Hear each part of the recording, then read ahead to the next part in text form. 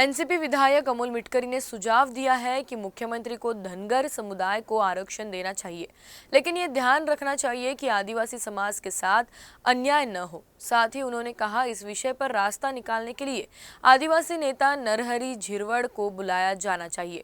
इसके साथ ही उन्होंने विधानसभा में सीटों के बंटवारे को लेकर मुख्यमंत्री के वक्तव्य पर भी अपनी प्रतिक्रिया दी। तसं जरी मुख्यमंत्री महोदयांनी म्हटलं असेल तर त्या ऑफ द रेकॉर्ड चर्चा आहेत. पण हे सर्व किती जागा कोण्या पक्षाला द्यायच्या हे सर्व तिन्ही पक्षाचे वरिष्ठ नेते ठरवतील. त्यामुळे त्यावर मला असं वाटतं कोणीही भाष्य सध्या करू नये. स्ट्राईक रेट लोकसभेमध्ये नक्कीच महायुतीतल्या दोन्ही पक्षांचा आहे. पण विधानसभेची समीकरणं वेगळी आहेत. लोकसभेची गणितं वेगळी होती.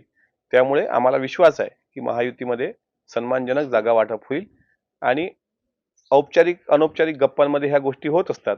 मात्र ज्यावेळेस किती जागा पदरात पडतात ते शेवटी अंतिम निर्णय हा वरिष्ठांचा असेल.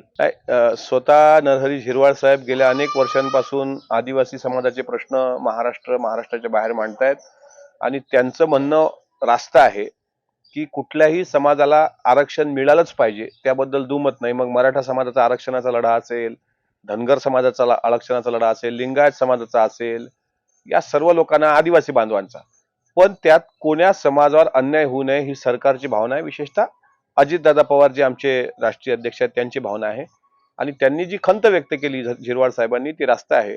माननीय मुख्यमंत्री महोदयांनी धनगर समाजाला नक्कीच आरक्षणाच्या कक्षेत आणून त्यांना आरक्षण द्यावं, पण आदिवासी समाजावरही अन्याय होणार नाही याची सुद्धा सरकारने काळजी घ्यावी. हे त्यांचं जे म्हणणं आहे ते रास्त आहे आणि पुढच्या मिटिंगला झिरवाळ साहेब असतील किंवा आदिवासी समाजाचे जे ज्येष्ठ नेते राज्यातले असतील त्यांना, धनगर समाजाच्या वरिष्ठ नेत्यांना सर्वांना एकत्र करून यातून मार्ग काढावा आणि आमचं सरकार मार्ग काढेल.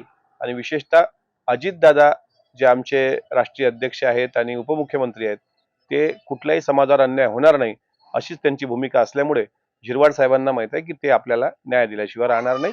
त्यामुळे झिरवाळ साहेबांची नाराजी ही रास्त आहे. त्यांनी ती व्यक्त केली असेल तर याची गंभीर दखल ही राज्य सरकारने घ्यावी.